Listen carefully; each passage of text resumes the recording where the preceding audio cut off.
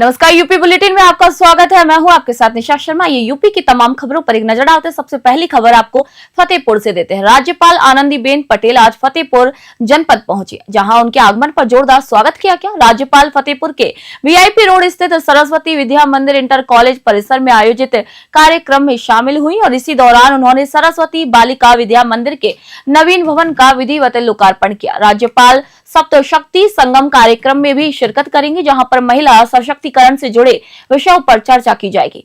कार्यक्रम के दौरान आंगनबाड़ी कार्यकर्तियों को किट का यहां पर वितरण किया जाएगा और इसके अलावा राज्यपाल प्रजापतिया ब्रह्म कुमारी ईश्वरीय विश्वविद्यालय फतेहपुर में सुश्री बी के दिव्या सहित 4 अन्य लोगों से मुलाकात करेंगे। राज्यपाल के दौरे को लेकर कार्यक्रम स्थल पर सुरक्षा के पुख्ता इंतजाम किए गए हैं। वही प्रशासन और पुलिस अधिकारी पूरे कार्यक्रम पर लगातार नजर बनाए हुए हैं। फतेहपुर से उमेश तिवारी की रिपोर्ट आपको दिखा रहे हैं।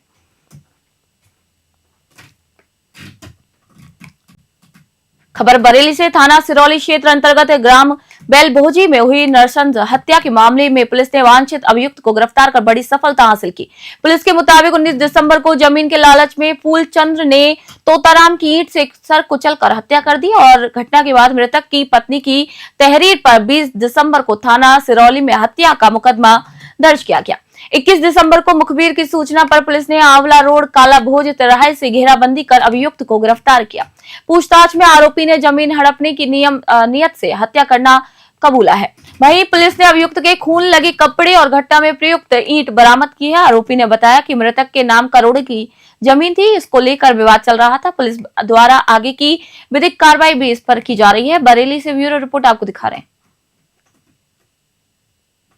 दिनांक 19/12/2025 को थाना सिरौली क्षेत्र अंतर्गत स्थित ग्राम बेलभोजी से तोताराम नामक एक व्यक्ति की हत्या की सूचना प्राप्त हुई।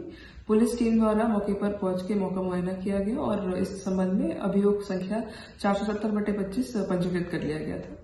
इस संबंध में जब और जांच पड़ताल की गई तो यह ज्ञात हुआ कि जमीनी विवाद के चलते तोताराम की हत्या इसके मौसेरे चाचा फूलचंद द्वारा की गई है। आज दिनांक 21/12/2025 को फूलचंद को गिरफ्तार कर लिया गया है।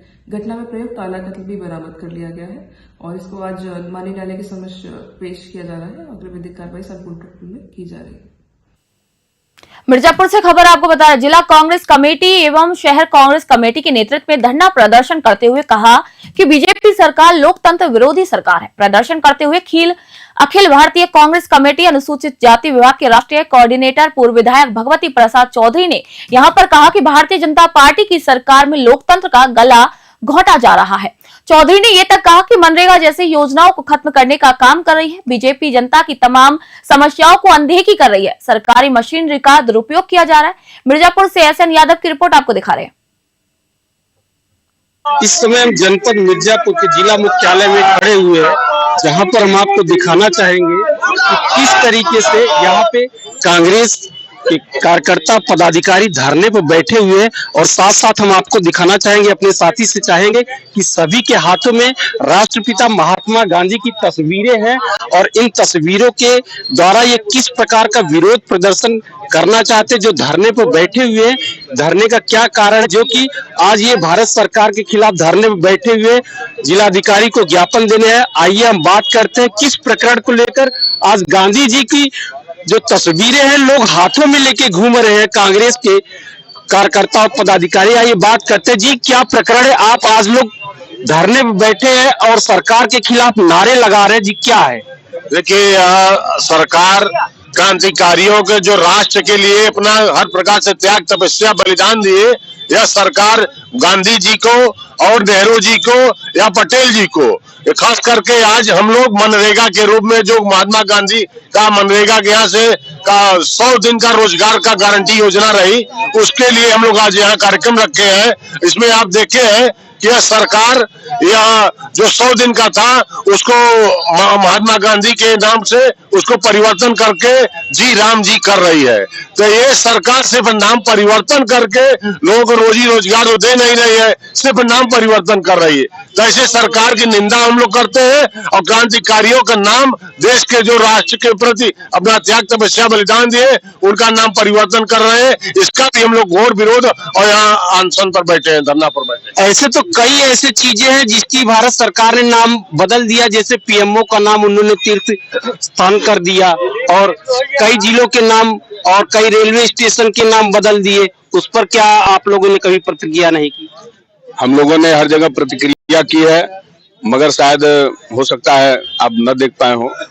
मगर जिस तरह से राष्ट्रपिता महात्मा गांधी जी के नाम को बदलने का कुचक्र ये लोग कर रहे हैं, क्योंकि इनको डर है कि इस नाम के साथ देश झूम उठता है। इस नाम को लेके देश के लाखों लाख लोग फांसी पे चढ़ जाते हैं। उनको ये मालूम है कि ये नाम कांग्रेस पार्टी के आजादी का नाम है, इसलिए इस नाम को हटाने के लिए ये लोग परेशान हैं। क्योंकि इस नाम को हटाने के लिए आपने देखा होगा कि नाथूराम गोडसे जैसा पहला देश का आतंकवादी पैदा हुआ और गांधी जी को गोली मारने का काम किया, वो भी आरएसएस से आता था। तो इसलिए इनको ये नाम पच नहीं रहा है और ये लोग देश की गद्दारी करने वाले लोग थे। देश की आजादी में कोई इनकी भागीदारी नहीं थी, देश के इतिहास में इनका कोई नाम नहीं है। इसलिए नया इतिहास बनाने के लिए पुराने लोगों का, देश की आजादी में जो लगे लोग थे, उनका नाम हटाने का काम कर रही है। आप सरदार पटेल के नाम को देख लें, जिनकी पूजा करते हैं, बड़ी स्टैचू तो बनवा दिए, मगर देश का नहीं पूरे विश्व का सबसे बड़ा स्टेडियम का नाम नरेंद्र मोदी के नाम से कर दिया। आप बनारस में देख लीजिए, नमो घाट, नरेंद्र मोदी घाट के नाम से कोई ऐसा पहला देश का प्रधानमंत्री हो जो बताइए कि अपने नाम से जिंदा स्टेडियम का नाम रखता हो, घाट का नाम रखता हो। ऐसा पहला प्रधानमंत्री होंगे नरेंद्र मोदी। लेकिन मनरेगा का जो नाम बदला गया, नाम परिवर्तन के साथ साथ इसका जो नाम रखा गया जी राम जी, ये तो बड़ी अच्छी बात है भारत के लिए कि मतलब जो आस्था का एक देश है और आस्था के लिए ये भारत पूरी तरीके से विश्व गुरु के रूप में जाना जाता है। तो आप क्या चाहते हैं कि अगर भगवान का नाम रखा गया तो उसमें क्या विरोध है? अरे भारतीय जनता पार्टी के प्रधानमंत्री नरेंद्र मोदी को चाहिए कोई नया योजना बनाए होते। ये कांग्रेस ने बनवाया है, यूपीए की सरकार में योजना बना था, उसका नाम बदलने का काम अगर भारतीय जनता पार्टी कर रही है, इसकी हम लोग कांग्रेस के लोग घोर निंदा करते हैं। अरे तुम्हें नाम बदलना है तो आओ नया एक योजना ला के दिखाओ। गरीब परेशान है, नौजवान बेरोजगार है, महंगाई चरम पे है, इस पे बात नरेंद्र मोदी जी नहीं करते। कब करेंगे? जब जो कांग्रेस की योजना जो कांग्रेस ने देश के लिए लाया था कि मजदूर, युवा सबको रोजगार मिले, किसान आज आप देखे थे काला कानून लाए थे किसानों के लिए, कांग्रेस पार्टी की ही देन है कि धरना प्रदर्शन करके वो काला कानून को वापस लेना पड़ा था नरेंद्र मोदी जी को। आज हम कहते हैं आपसे कि ये भारतीय जनता पार्टी इस कानून को वापस लेगी। हम सबके नेता राहुल गांधी, प्रियंका गांधी के नेतृत्व में ये आंदोलन होता रहेगा जब तक ये कानून वापस नहीं होगा। तो इस तरीके से आपने देखा कि कांग्रेस के पदाधिकारियों कार्यकर्ताओं की मांग है कि जिस तरीके से मनरेगा कांग्रेस के द्वारा लागू किया गया था, तो नाम न परिवर्तित किया जाए बल्कि किसी और योजना को प्रारंभ किया जाए जिससे देश के नागरिकों को, देश के मजदूरों को इसका लाभ मिले। अब तो देखते हैं सरकार किस तरीके से इनकी मांगों को मानती है या नहीं, ये तो सरकार के ऊपर निर्भर करता है। न्यूज़ 20 वर्ल्ड के लिए मिर्जापुर से एसएन यादव की रिपोर्ट। मिर्जापुर से खबर आपको बता रहे, युवा प्रगतिशील मंच मिर्जापुर के द्वारा अरावली बचाओ आंदोलन के तहत जिला अधिकारी को ज्ञापन देकर ये मांग की गई कि अरावली की पहाड़ियां देश की धरोहर है और सरकार के द्वारा जो 100 मीटर ऊंचाई वाली पहाड़ियों का अध्यादेश पारित किया गया है उसे वापस लिया जाए। वहीं अरावली क्षेत्र को इकोसिस्टम का क्षेत्र घोषित किया जाए और अडानी जैसे लोगों को आश्रय न दिया जाए। खनन पर प्रतिबंध लगाया जाए। यदि उनकी मांगे नहीं मानी गई तो पूरे देश में पर्यावरण की चिंता करने वाले लोगों को इकट्ठा कर क्रमबद्ध तरीके से आंदोलन भी किया जाएगा। मिर्जापुर से एसएन यादव की रिपोर्ट आपको दिखा रहे हैं। जिला मुख्यालय पर यहाँ पर विरोध प्रदर्शन कर रहे हैं, जिलाधिकारी को ज्ञापन देने आए। इनसे बात करते हैं ये क्या प्रकरण है कि ये यहाँ पर विरोध प्रदर्शन कर रहे हैं, क्या इनका विषय है और किस तरीके से हम आपको ये दिखाना चाहेंगे कि सभी के हाथों में सेम अरावली रेल के साथ ये जो ज्ञापन लिए हुए हैं, ये प्रगतिशील युवा मंच पदाधिकारी और कार्यकर्ता है। आइए जानते हैं कि सेव अरावली रेल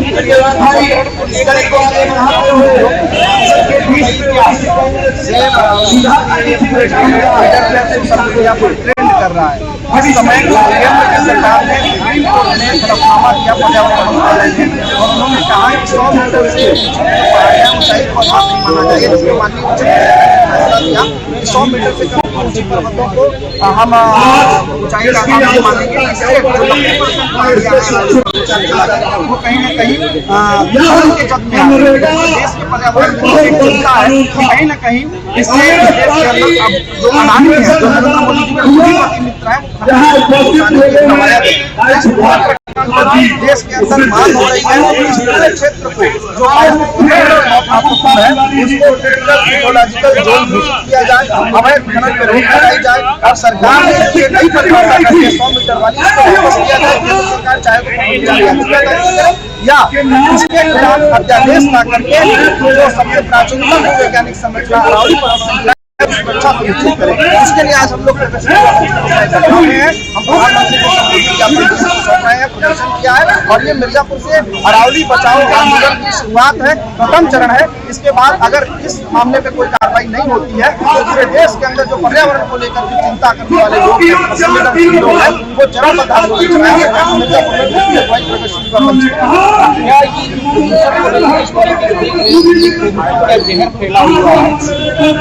चलाएंगे। क्या अरावली बिल्कुल जो प्रदूषण आज फैल रहा है दिल्ली के अंदर और देश के अंदर गैस चैम्बर बन चुकी है, वहाँ का एकदम जो वायु प्रदूषण का लेवल है और खतरनाक स्थिति में जा चुका है, डेंजर जोन हो चुका है।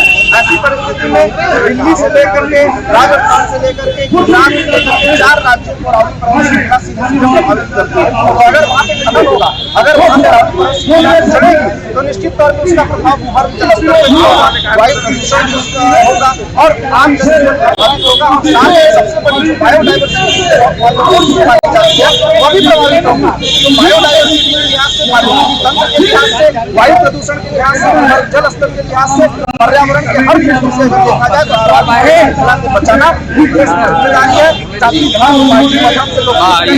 देश में अगर पर्वत श्रृंखलाएं नहीं बचेंगी तो हमारी सांस नहीं बचेगी। सरकार को संज्ञान लेना ही पड़ेगा, अध्यादेश लाना ही पड़ेगा, और अडानी को अवैध खनन में फंसाने की जो कोशिश की जा रही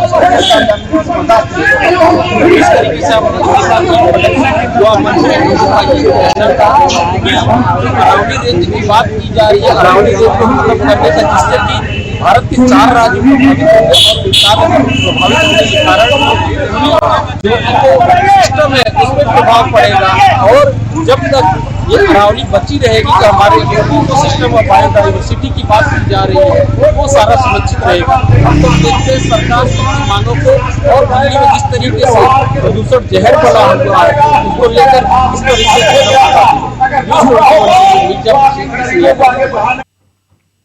मिर्जापुर से खबर आपको बता रहे, विश्व हिंदू परिषद मिर्जापुर के बांग्लादेश में हिंदुओं के प्रति हो रहे अत्याचार को क्रॉस में जिला मुख्यालय पर धरना प्रदर्शन करते हुए बांग्लादेश सरकार का पुतला फूका गया। जिलाधिकारी को ज्ञापन देकर सरकार से मांग की गई कि बांग्लादेश में हिंदुओं के साथ हो रहे अत्याचार को लेकर अधिक से अधिक और जल्द से जल्द कठोर कदम उठाए जाए, जिससे कि हिंदुओं के ऊपर होने वाले अत्याचारों को रोका जा सके। मिर्जापुर से SN यादव की रिपोर्ट आपको दिखा रहे हैं। हम बता रहे जनपद मिर्जापुर के मुख्यालय पर आप देख रहे हैं हमारे ये जो देख रहे हैं ये विश्व हिंदू परिषद के कार्यकर्ता है। बांग्लादेश में हिंदुओं के ऊपर अत्याचार हो रहे हैं, हिंदू मंदिरों को तोड़ा जा रहा है, वहाँ पे हिंदुओं को अल्पसंख्यक की संख्या दी जा रही है, और उसी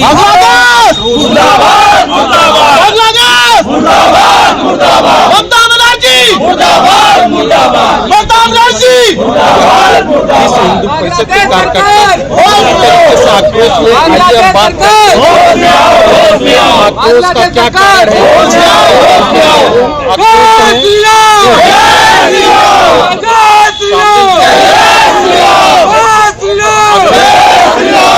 हिंदुओं के ऊपर हो रहे अत्याचार को लेकर ये पूरी तरीके से आक्रोशित है। आइए हम बात करते हैं क्या इनकी मांगे हैं, किस तरीके से ये चाहते हैं। जी बताइए क्या है आज ये जो हिंदू परिषद के द्वारा यहाँ पे आक्रोश ये धरना जो आप देख रहे हैं ये क्या है? अभी विगत दिनों में जिस प्रकार से टीपू दास जी का निर्मम और निःशंक हत्या बांग्लादेश के धरती पर हुई है, उसके विरोध में पूरे भारत से हमारा हिंदू समाज आक्रोशित है और उसी के विरोध में बांग्लादेश सरकार को चेतावनी देने के लिए पूरे भारतवर्ष में विश्व हिंदू परिषद के माध्यम से विरोध प्रदर्शन किया जा रहा है।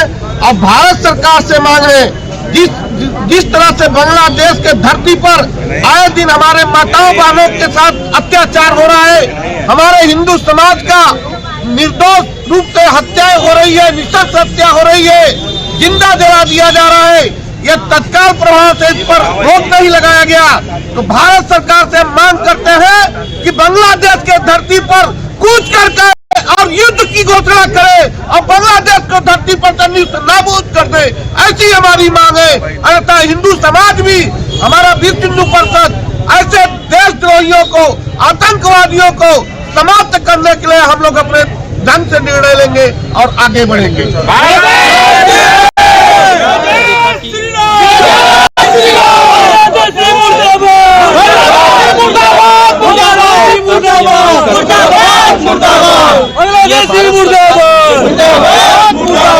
कार्रवाई करे और वहाँ की जो है उस पर दखल अंदाजी करे, हिंदुओं पर अत्याचार बंद हो और किस तरीके से इनकी यह मांग है। न्यूज़ 21 के लिए मिर्जापुर से एसएन यादव। अलीगढ़ से खबर आपको बता रहे हैं, थाना टप्पा क्षेत्र के गांव हसनपुर जरेलिया में एक महिला और उसकी बेटी पर पड़ोसियों द्वारा किए गए जानलेवा हमले का मामला सामने आया। जानकारी के मुताबिक महिला पुष्पा अपनी बेटी प्रियंका के साथ खेत में चारा लेने गई थी कि तभी पड़ोसी खेत के लोगों ने उन पर लाठी और लोहे की रॉड से हमला कर दिया। आपको बता दें कि हमले में पुष्पा को गंभीर चोटें आई हैं, जिसका इलाज मलखान सिंह जिला अस्पताल में चल रहा है। वहीं बीच बचाव करने पहुंचे महिला के पति ओमवीर को भी आरोपियों ने बुरी तरीके से पीट दिया, जिसके बाद वह जान बचाकर एक परिचित के घर में शरण लेने को मजबूर हुआ। पीड़ित परिवार का आरोप है कि घटना के बाद टप्पल थाना पुलिस ने मामले में गंभीर धाराएं न लगाकर सिर्फ हल्की धाराओं में केस दर्ज किया है और अब तक किसी भी आरोपी की गिरफ्तारी नहीं की गई है। पुलिस कार्रवाई में असंतुष्ट पीड़ित परिवार न्याय की गुहार लगाने के लिए वरिष्ठ पुलिस अधीक्षक अलीगढ़ के पास शिकायत करने पहुंचा और आरोपियों की गिरफ्तारी और निष्पक्ष कार्रवाई की यहां पर मांग कर रहा है। अलीगढ़ से योगेश उपाध्याय की रिपोर्ट आपको बता रहे हैं।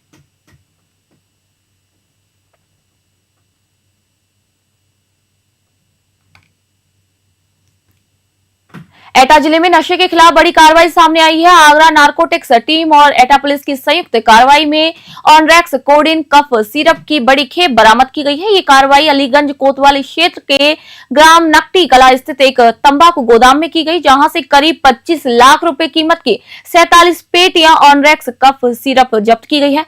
आपको बता दें कि पुलिस ने गोदाम में कुल 60 पेटियां रखी गई थी, जहां पुलिस ने बताया कि जिनमें से 13 पेटियां पहले से सप्लाई की जा चुकी थी। पुलिस पूछताछ में आरोपी प्रमोद ने यह बताया है कि उसका भाई सुनोज ट्रक चालक है, जो बनारस से ऑनरेक्स कफ सिरप लेकर पश्चिम बंगाल जा रहा था और इसी दौरान उसका ट्रक पकड़ा गया और उसे जेल भेज दिया गया। आरोपी विकेश उर्फ पप्पू ने ट्रक बुक किया था। पुलिस ने इस मामले में 4 और आरोपियों को गिरफ्तार किया है। अन्य नेटवर्क की पुलिस जांच कर रही है। एटा से राजौली की रिपोर्ट आपको दिखा रहे हैं।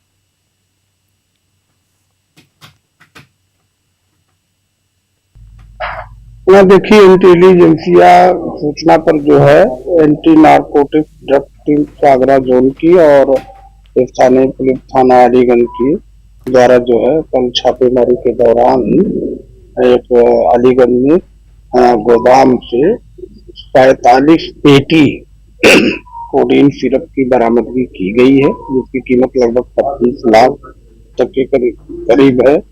और उसके जो वहाँ पर जो भी कार्य करने वाले रहे, गोदाम मालिक और कुल मिलाकर के 4 आरोपी जो है इसमें गिरफ्तार किए गए हैं।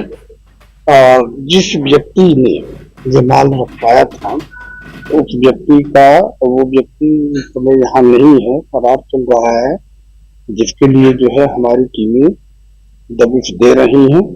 और पूछताछ में ये भी इतना है कि यहाँ पर माल जिस वाहन के माध्यम कुशीनगर से आपको खबर बता रहे, जनपद के पडरौना कोतवाली क्षेत्र स्थित हिंद हॉस्पिटल खीरिया टोला में प्रसव ऑपरेशन के दौरान एक प्रसूता की मौत का गंभीर मामला सामने आया है।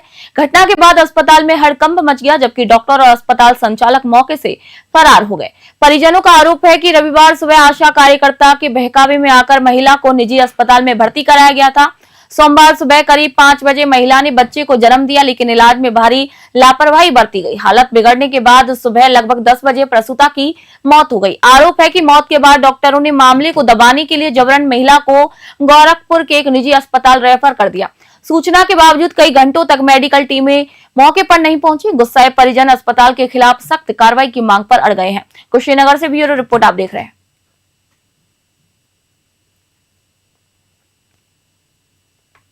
कन्नौज से खबर आपको बता रहे हैं, जनपद के गुरसाहिबगंज स्थित उप डाकघर में आधार कार्ड बनवाने और अपडेट कराने को लेकर ग्रामीणों को भारी परेशानियों का सामना करना पड़ रहा है। कड़ाके की ठंड के बावजूद ग्रामीण कई दिनों से उप डाकघर के चक्कर काट रहे हैं, लेकिन ना तो कोई आधार बन पा रहा है, न ही कोई पुराने आधार उनके अपडेट हो रहे हैं। ग्रामीणों का आरोप है कि उप डाकघर में तैनात जिम्मेदार अधिकारी की लापरवाही के चलते उन्हें सुबह से ही लाइन में लगना पड़ता है।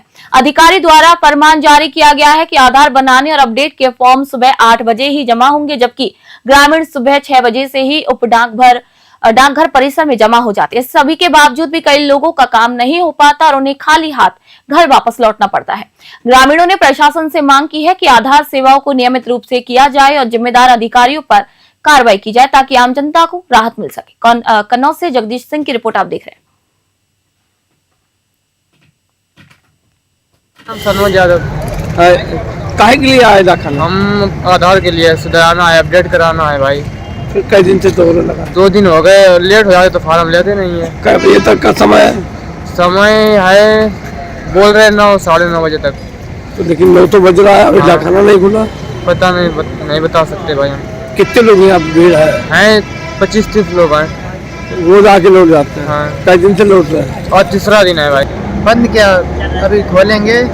2-3 दिन से वापस हो गए, लौट गए। कई बजे आते वापस? आ गए थे हम 7 बजे आ गए थे सुबह, सर्दी में 2-3 बार लौट गए। क्यों लौट क्यों गए? 9 बजे ये बोला 9 बजे के बाद बंद हो जाते हैं। 9 तो बजने वाला है। अब 9 बजने वाला है, अभी देख रहे हैं, देखो काम होता है कि नहीं। कहाँ से आते हो? बुढ़ा से। चंदौली जनपद के बलुआ थाना क्षेत्र मोहरगंज में देर रात करीब 1:30 बजे बम विस्फोट हुआ। हौसला बुलंद बदमाशों ने सोते समय किन्नरों के घर पर हमला किया। विस्फोट से घर की एक दीवार क्षतिग्रस्त हो गई। घटना में कोई घायल नहीं हुआ। वही घर में करीब 1.5 दर्जन किन्नर सो रहे थे। अचानक हुए धमाके से पूरा इलाका दहल गया और आसपास के लोग भयभीत हो गए। सूचना मिलते ही बलुआ थाना पुलिस मौके पर पहुंची। फॉरेंसिक टीम और डॉग स्क्वाड भी बुलाए गए। वहीं पुलिस सभी संभावित एंगल से मामले की जांच कर रही है। स्थानीय लोग मान रहे हैं कि पुराना विवाद घटना की वजह से ये सब हो सकता है। फिलहाल इलाके में तनाव का माहौल है और पुलिस सतर्क है। जांच जारी है और दोषियों की पहचान के प्रयास भी तेज कर दिए गए हैं। चंदौली से संतोष कुमार गुप्ता की रिपोर्ट आपको दिखा रहे हैं। 12 साढ़े 12 बजे रात तक हम इसमें 3 लोग सोए थे, तो मैं ऊपर सोई थी। सोने के बाद इधर लगाए सब, पूरी ऐसी धमाका बोला, इतनी तेज पूरी आवाज आई, पूरी घर में एकदम धुआं हो गया।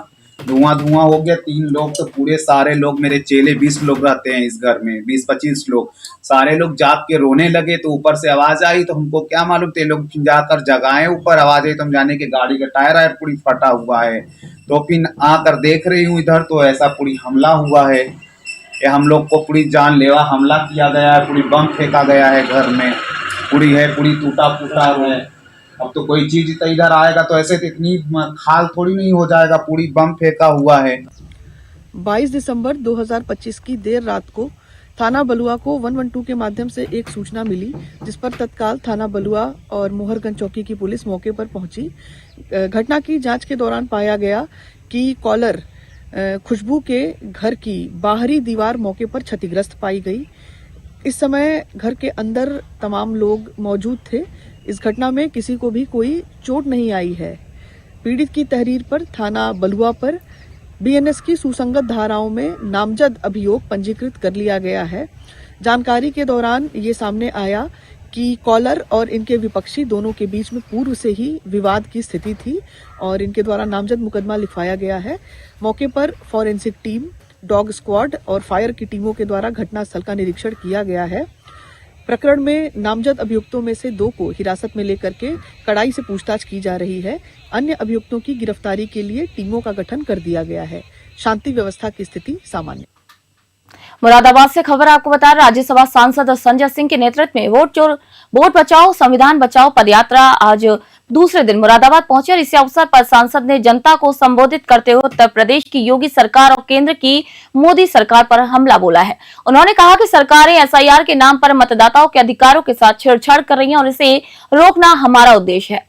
संजय सिंह ने जनता से अपील की है कि वे अपने मताधिकार की रक्षा करें और संविधान के प्रति सजग रहें। पदयात्रा रामपुर से शुरू होकर मुरादाबाद होते हुए अमरोहा में समाप्त होगी। इस दौरान जनता के सवालों का जवाब भी दिया गया और मतदाताओं में जागरूकता फैलाने का प्रयास भी किया गया। सांसद ने कहा कि ये पदयात्रा केवल विरोध नहीं बल्कि मतदाता अधिकारों की रक्षा का एक संदेश है। मुरादाबाद से ब्यूरो रिपोर्ट आपको दिखा रहे हैं। लोकतंत्र में बाबा साहब डॉक्टर भीमराव अंबेडकर जी ने जब संविधान लिखा तो सबसे बड़ा अधिकार वोट का दिया और आज उस वोट के अधिकार पर चोरी हो रही है। मोदी जी, योगी जी और चुनाव आयोग का जो गठजोड़ है वो उत्तर प्रदेश में 3.5 करोड़ वोट चुराने की तैयारी में है। अब अगर 3.5 करोड़ वोट चोरी हो जाएगा तो आप कल्पना कीजिए कि उत्तर प्रदेश के चुनाव का फिर क्या मतलब बचेगा। और लोगों को आतंकित करने के लिए पहली जो एफआईआर दर्ज की गई वो रामपुर में दर्ज की गई। इसलिए दर्ज की गई कि मुसलमान अपना वोट बनवाने के काम में ढीले पड़ जाए। इसलिए वोट एफआईआर दर्ज की गई कि जो पिछड़े वर्ग के लोग हैं, यादव हैं, कुर्मी हैं, जो पासी समाज के लोग हैं, जिन्होंने लोकसभा के चुनाव में बीजेपी के खिलाफ वोट किया था। यूपी बुलेटिन में फिलहाल के लिए इतना ही। देश दुनिया की खबरों के लिए देखते रहिए न्यूज़ 21। नमस्कार।